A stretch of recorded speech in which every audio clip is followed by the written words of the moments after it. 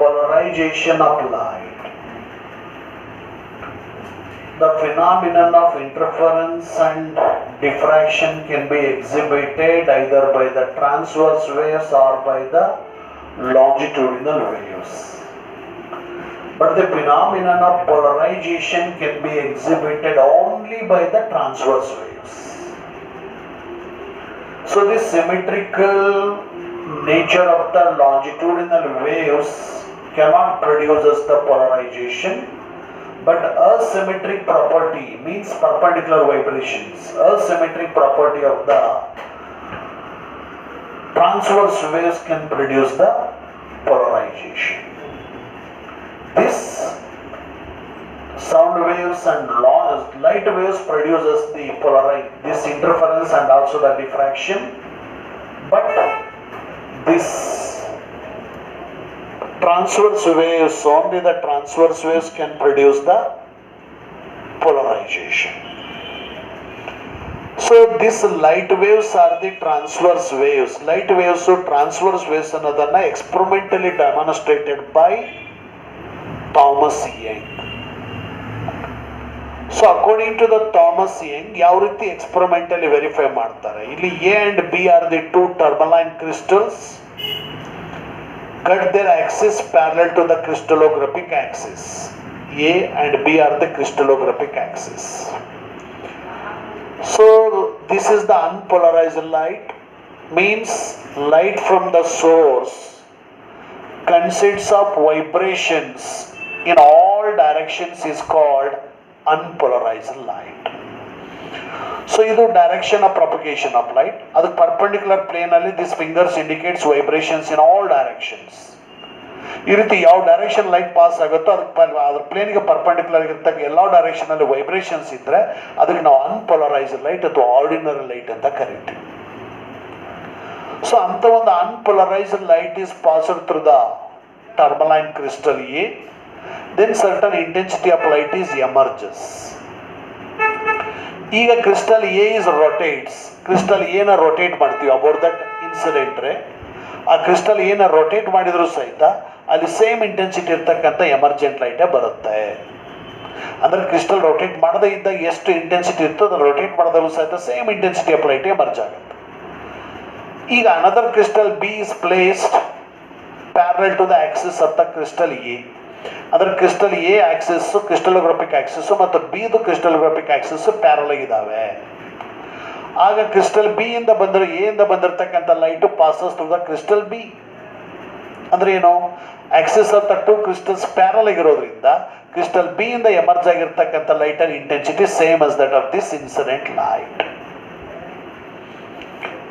So ಹಾಗೇನೆ ಎರಡು crystals ಅನ್ನ ಸೈಮಲ್ಟೇನಿಯಸ್ಲಿ ರೊಟೇಟ್ ಮಾಡ್ತಾ ಹೋದ್ರೆ, ಅಂದ್ರೆ ಎರಡು ಕ್ರಿಸ್ಟಲ್ಸ್ ಅನ್ನ ಈ ರೀತಿ ಸೈಮಲ್ಟೇನಿಯಸ್ ಆಗಿ with their axis parallel to each other ಈ ರೀತಿ ರೊಟೇಟ್ ಮಾಡ್ತಾ ಹೋದ್ರು ಸಹಿತ ಎಮರ್ಜೆಂಟ್ ಲೈಟ್ ಅಲ್ಲಿ same intensity of light is found to observe. ಈಗ crystal A is kept constant, only crystal B can be rotate. Crystal A ಹಾಗೆ ಇಟ್ಟಿದ್ದೀವಿ, B ಮಾತ್ರ ರೊಟೇಟ್ ಮಾಡ್ತಾ ಹೋಗ್ತೀವಿ. ಈ ರೀತಿ ರೊಟೇಟ್ ಮಾಡ್ತಾ ಹೋದ್ರೆ intensity of emergent light from B is goes on decreases gradually. Then finally it becomes zero when the axis of the two crystals are perpendicular to each other. ಇವೆರಡು ಕ್ರಿಸ್ಟಲ್ಸ್ಗಳ ಆಕ್ಸಿಸ್ಗಳು perpendicular ಇದ್ದಾಗ emergent light ಅಲ್ಲಿ intensity zero ಆಗುತ್ತೆ. Again crystal B rotate ಮಾಡ್ತಾ ಹೋದ್ರೆ intensity is gradually increases and it becomes maximum when the axis of two crystals are parallel to each other. ಮತ್ತೆ ಇದನ್ನು rotate ಮಾಡ್ತಾ ಹೋದ್ರೆ ಕ್ರಿಸ್ಟಲ್ ಬಿ ರೊಟೇಟ್ ಮಾಡ್ತಾ ಹೋದಾಗ intensity decreases. Final it becomes zero when the axis of the two crystals are perpendicular to each other. ಮತ್ತೆ ಇದನ್ನು rotate ಮಾಡಿದಾಗ intensity increase ಆಗ್ತಾ ಹೋಗಿ ಮ್ಯಾಕ್ಸಿಮಮ್ ಆಗುತ್ತೆ ಯಾವಾಗ axis of the two crystals are parallel to each other. ಈ ರೀತಿ crystal B ಅನ್ನು ಒಂದು ಸಾರಿ ರೊಟೇಟ್ ಮಾಡಿದಾಗ ಟ್ವೈಸ್ ಎಮರ್ಜೆಂಟ್ ಲೈಟ್ ಅಲ್ಲಿ ಇಂಟೆನ್ಸಿಟಿ ಮ್ಯಾಕ್ಸಿಮಮ್ ಇರುತ್ತೆ, ಟ್ವೈಸ್ ಎಮರ್ಜೆಂಟ್ ಲೈಟ್ ಅಲ್ಲಿ ಜೀರೋ ಇರುತ್ತೆ. It shows that light waves are transverse in nature. ಇಲ್ಲಿ ನೋಡಿ, ಎರಡು ಆಕ್ಸಿಸ್ಗಳು ಒಂದಕ್ಕೊಂದು ಪ್ಯಾರಲ್ ಇದ್ದಾಗ ಒಂದು ಲೈಟ್ ವೇವ್ಸ್ ಪಾಸ್ ಆಗಿದೆ. ಎರಡು Axis perpendicular light waves cut off ಆಗಿದೆ ಅಂತಂದ್ರೆ ಆ ಒಂದು ಲೈಟ್ ವೇವ್ಸ್ ಟ್ರಾನ್ಸ್ವರ್ಸ್ ನೇಚರ್ ಇದೆ. ಈ ರೀತಿ transverse nature of the light ಅನ್ನ ಎಕ್ಸ್ಪೆರಿಮೆಂಟಲ್ಲಿ ಅಬ್ಸರ್ವ್ ಮಾಡ್ತೀವಿ.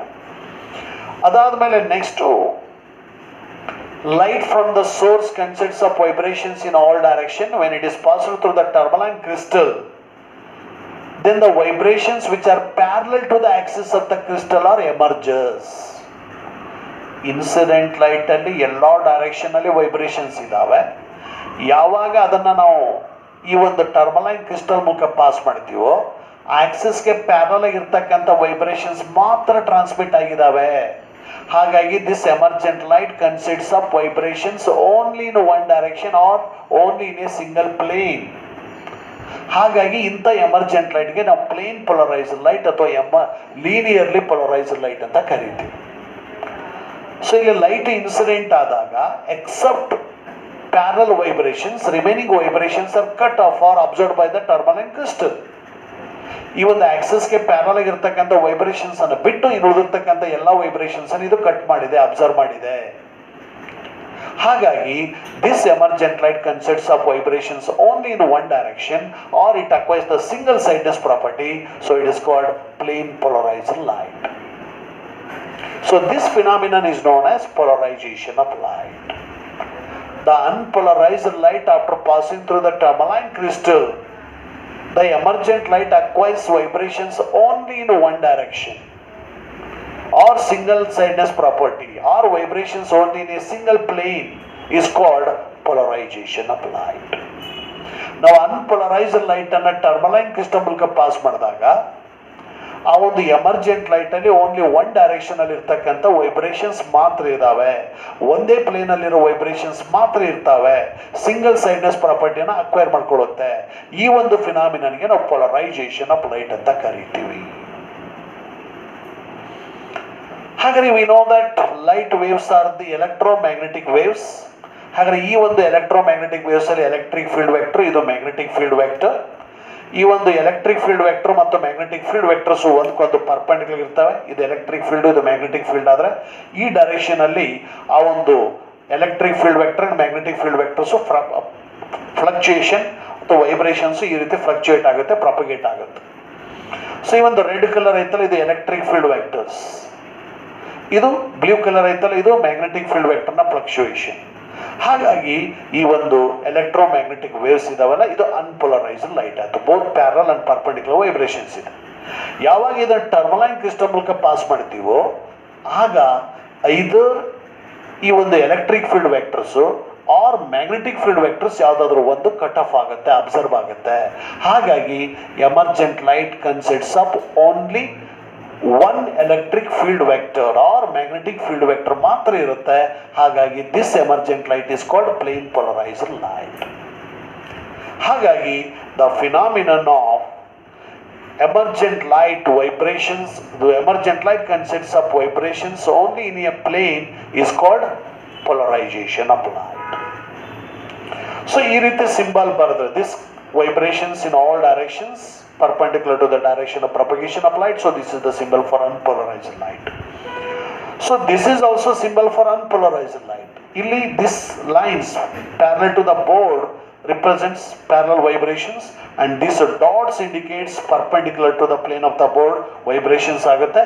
ಹಾಗಾಗಿ dots ಮತ್ತು parallel lines ಎರಡು ಇದೆ ಅಂತಂದ್ರೆ this is also symbol for unpolarized light. And ಈ ರೀತಿ ಸಿಂಬಲ್ ಬರೆದ್ರೆ these are all vibrations parallel to the plane of the board. ಈ ರೀತಿ parallel to the plane of the board ಇದೆ. ಹಾಗಾಗಿ this is the symbol for plane polarized light. And dots means perpendicular to plane of the board vibrations ಇದೆ. ಹಾಗಾಗಿ this dots indicates the plane polarized light. The mixture of unpolarized light and plane polarized light is called partially polarized light. ಈ ಒಂದು unpolarized light ಮತ್ತು ಈ ಒಂದು plane polarised light ಎರಡು ಇದ್ರೆ mix ಆದ್ರೆ ಅದಕ್ಕೆ ನಾವೆಂತ ಕರಿತೀವಿ, ಪಾರ್ಷಿಯಲಿ ಪೊಲರೈಸ್ಡ್ ಲೈಟ್ ಅಂತ ಕರಿತೀವಿ. ಈ ರೀತಿ ಇಲ್ಲಿ ಡಾಟ್ಸ್ ಮತ್ತು ಎರಡು ವೈಬ್ರೇಷನ್ಸ್ ಇರೋದ್ರಿಂದ it is the symbol for partially polarised light. So ಈ ರೀತಿ ನಾವು ಪೊಲರೈಸೇಷನ್ ಆಫ್ ಲೈಟ್ ಬಗ್ಗೆ ಎಕ್ಸ್ಪ್ಲೇನ್ ಮಾಡ್ತೀವಿ. ಸೊ ಇದನ್ನ ಒಂದು ವಿಡಿಯೋ ಕ್ಲಿಪ್ ಇದೆ, ನೆಕ್ಸ್ಟ್ ಅಬ್ಸರ್ವ್ ಮಾಡಿ.